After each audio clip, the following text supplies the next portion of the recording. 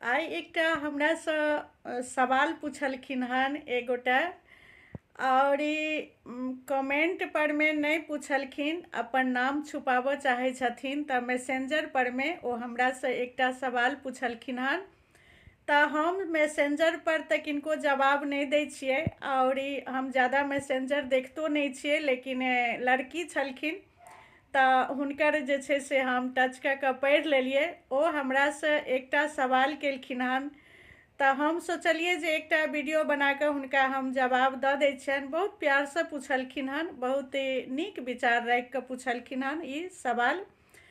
आब कहै छी जे ओ की पूछलखिन हन। ओ कहलखिन जे अहाँ जे वीडियो सब बनाबै छियै ओहिमे बहुत वीडियो एहन रहै छै जाहिमे पुतोहु रहै छथिन और साउस रहै छथिन और बेटियो रहै छथिन। तऽ अहाँके सब वीडियो हम देखै छी, और हम हुनकर ई सवाल ई छलनि जे अपना मिथिलामे एना किया होइ छै जे जखन पुतोहु आबि जाइ छथिन तऽ साउस जे छथिन से काज सब केनाइ बिल्कुल छोड़ि दै छथिन, और सबटा जे छै से पुतोहु पर में दऽ दै छथिन और काज केनाइ ओ बंद कऽ दै छथिन। तऽ अपना मिथिलाके नाम लेलखिन जे अपना मिथिलामे ई ज़्यादा होइत अछि जे जखन पुतोहु आबै छथिन तऽ साउस जे छथिन से काज केनाइ सबटा छोड़ि दै छथिन। तऽ एहि बातके जे छै से जवाब देनाइ हम एकटा वीडियो बना कऽ उचित समझलहुँ, तऽ ओहि दुआरे हम ई वीडियो बनाबै छी। देखियौ, एकर छै ने बहुत सारा कारण होइ छै, बहुत कारण भऽ सकैए, लेकिन हम 3टा कारण मेन अहाँके बताबै छी आइ। जाहिमे सबसँ पहिला कारण की होइ छै जे जखन पुतोहु आबै छथिन नया नया घरमे, तऽ पुतोहु जखन आबै छथिन तऽ कनि कनि हुनका साउस जे छथिन से सिखाबै छथिन, देखाबै छथिन, घरक चीज, घरक हर चीजसँ परिचित करबै छथिन। और किचनके तऽ कराबिते छथिन जे एहिठमन ई सामान अछि, एहिठमन ई सामान अछि, सब चीज देखाबै छथिन।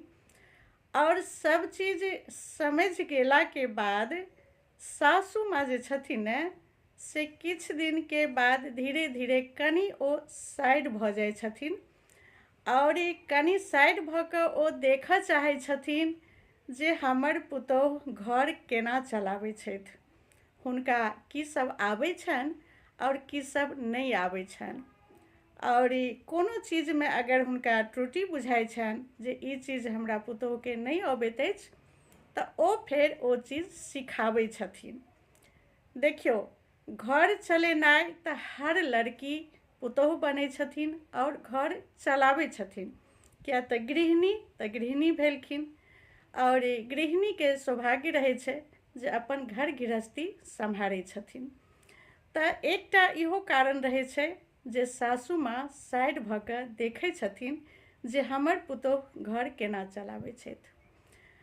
और दोसर कारण एकटा इहो होइ छै जे कनियाँ जे जाइ छथिन विवाह कऽ कऽ सासुरमे, तऽ ओ कनियाँ जब तक अपना घरमे अपन घर समझि कऽ अपन घरक काज, अपन गृहस्थी नहीं करथिन, तब तक हुनका अपनापन नहीं लगतनि।